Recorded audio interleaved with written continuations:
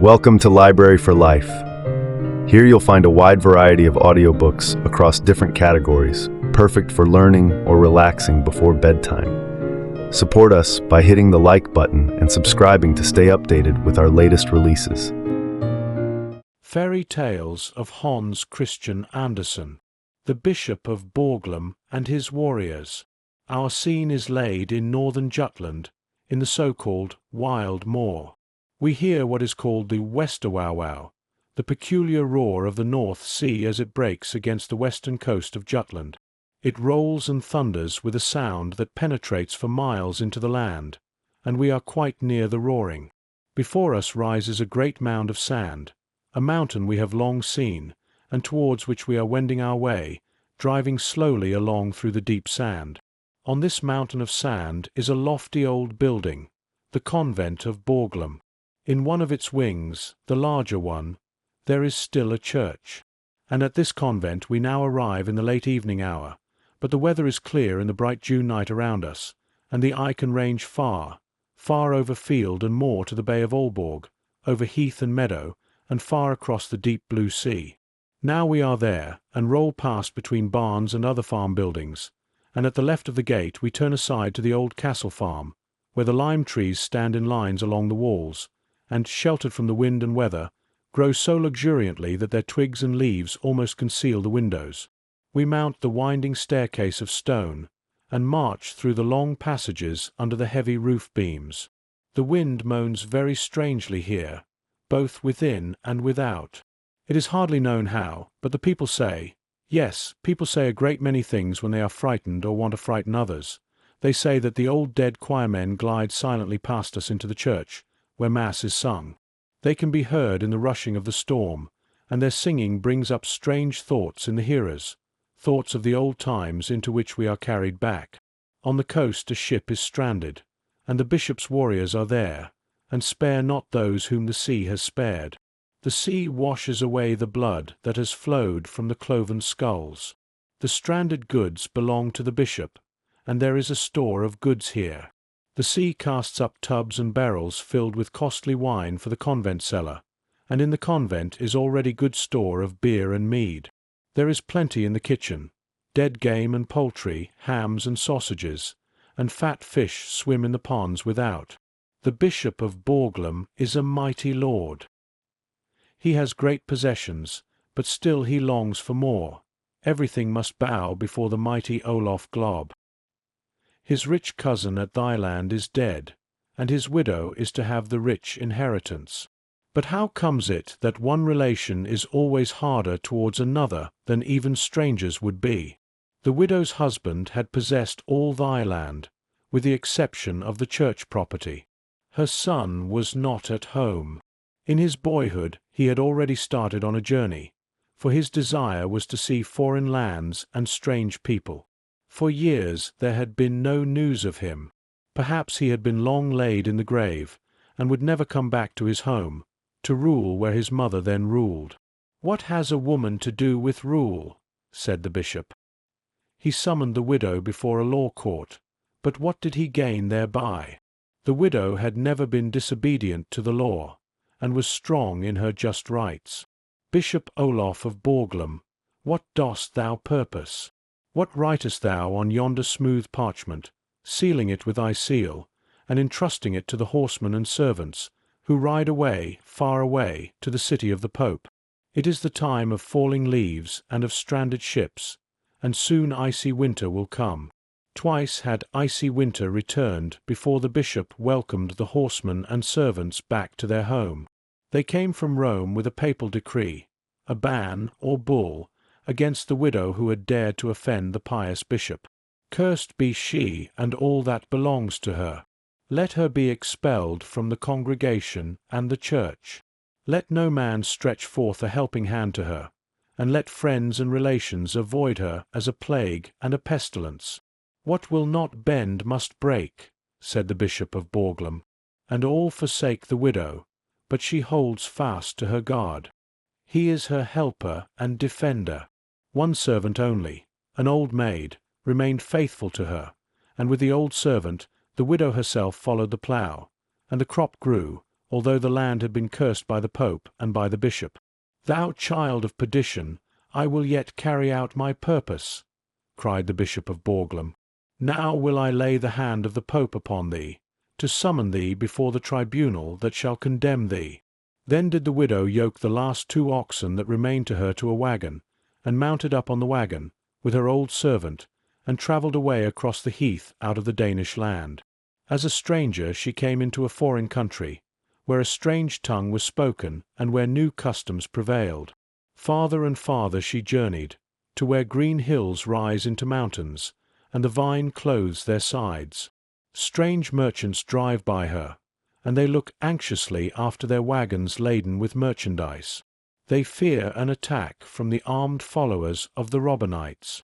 The 2 poor women, in their humble vehicle drawn by 2 black oxen, travel fearlessly through the dangerous sunken road and through the darksome forest. And now they were in Franconia, and there met them a stalwart knight, with a train of 12 armed followers. He paused, gazed at the strange vehicle, and questioned the women as to the goal of their journey and the place whence they came. Then one of them mentioned thy land in Denmark, and spoke of her sorrows, of her woes, which were soon to cease, for so divine providence had willed it. For the stranger knight is the widow's son. He seized her hand, he embraced her, and the mother wept. For years she had not been able to weep, but had only bitten her lips till the blood started. It is the time of falling leaves and of stranded ships, and soon will icy winter come. The sea rolled wine tubs to the shore for the bishop's cellar. In the kitchen the deer roasted on the spit before the fire. At Borglum it was warm and cheerful in the heated rooms, while cold winter raged without, when a piece of news was brought to the bishop. Jens Glob of thy land has come back, and his mother with him. Jens Glob laid a complaint against the bishop, and summoned him before the temporal and the spiritual court. "That will avail him little," said the bishop. "Best leave off thy efforts, knight Jens. Again it is the time of falling leaves and stranded ships. Icy winter comes again, and the white bees are swarming, and sting the traveller's face till they melt. Keen weather today, say the people as they step in. Jens Glob stands so deeply wrapped in thought that he singes the skirt of his wide garment. "Thou Borglum bishop," he exclaims, "I shall subdue thee after all. Under the shield of the Pope, the law cannot reach thee, but Jens Glob shall reach thee." Then he writes a letter to his brother-in-law, Olaf Hayes, in Sallingland, and prays that night to meet him on Christmas Eve, at Mass, in the church at Wittenberg. The bishop himself is to read the Mass, and consequently will journey from Borglum to thy land, and this is known to Jens Glob. Moorland and meadow are covered with ice and snow. The marsh will bear horse and rider, the bishop with his priests and armed men. They ride the shortest way, through the waving reeds, where the wind moans sadly. Blow thy brazen trumpet, thou trumpeter clad in fox skin. It sounds merrily in the clear air. So they ride on over heath and moorland, over what is the garden of Fata Morgana in the hot summer, though now icy, like all the country, towards the church of Wittenberg. The wind is blowing his trumpet too, blowing it harder and harder. He blows up a storm, a terrible storm, that increases more and more. Towards the church they ride, as fast as they may through the storm. The church stands firm, but the storm careers on over field and moorland, over land and sea. Borglum's bishop reaches the church, but Olaf Hayes will scarce do so, however hard he may ride. He journeys with his warriors on the farther side of the bay, in order that he may help Jens Glob, now that the bishop is to be summoned before the judgment seat of the highest. The church is the judgment hall, the altar is the council table. The lights burn clear in the heavy brass candelabra. The storm reads out the accusation and the sentence, roaming in the air over moor and heath, and over the rolling waters. No ferryboat can sail over the bay in such weather as this. Olaf Hayes makes halt at Otswerd. There he dismisses his warriors, presents them with their horses and harness, and gives them leave to ride home and greet his wife. He intends to risk his life alone in the roaring waters, but they are to bear witness for him that it is not his fault if Jens Glob stands without reinforcement in the church at Widburg. The faithful warriors will not leave him, but follow him out into the deep waters. 10 of them are carried away, but Olaf Hayes and 2 of the youngest men reach the farther side. They have still 4 miles to ride. It is past midnight. It is Christmas. The wind has abated. The church is lighted up. The gleaming radiance shines through the window frames and pours out over meadow and heath. The Mass has long been finished. Silence reigns in the church, and the wax is heard dropping from the candles to the stone pavement. And now Olaf Hayes arrives. In the forecourt Jens Glob greets him kindly, and says, "I have just made an agreement with the bishop." "Sayest thou so?" replied Olaf Hayes. "Then neither thou nor the bishop shall quit this church alive." And the sword leaps from the scabbard, and Olaf Hayes deals a blow that makes the panel of the church door, which Jens Glob hastily closes between them, fly in fragments. "Hold, brother! First hear what the agreement was that I made. I have slain the bishop and his warriors and priests. They will have no word more to say in the matter, nor will I speak again of all the wrong that my mother has endured." The long wicks of the altar lights glimmer red, but there is a redder gleam upon the pavement, where the bishop lies with cloven skull, and his dead warriors around him, in the quiet of the holy Christmas night. And 4 days afterwards the bells toll for a funeral in the convent of Borglum. The murdered bishop and the slain warriors and priests are displayed under a black canopy, surrounded by candelabra decked with crape. There lies the dead man, in the black cloak wrought with silver, the crozier in the powerless hand that was once so mighty. The incense rises in clouds, and the monks chant the funeral hymn. It sounds like a wail. It sounds like a sentence of wrath and condemnation that must be heard far over the land, carried by the wind, sung by the wind, the wail that sometimes is silent but never dies. For ever again it rises in song, singing even into our own time this legend of the Bishop of Borglum and his hard nephew. It is heard in the dark night by the frightened husbandman, driving by in the heavy sandy road past the convent of Borglum. It is heard by the sleepless listener in the thickly walled rooms at Borglum. And not only to the ear of superstition is the sighing and the tread of hurrying feet audible in the long echoing passages leading to the convent door that has long been locked.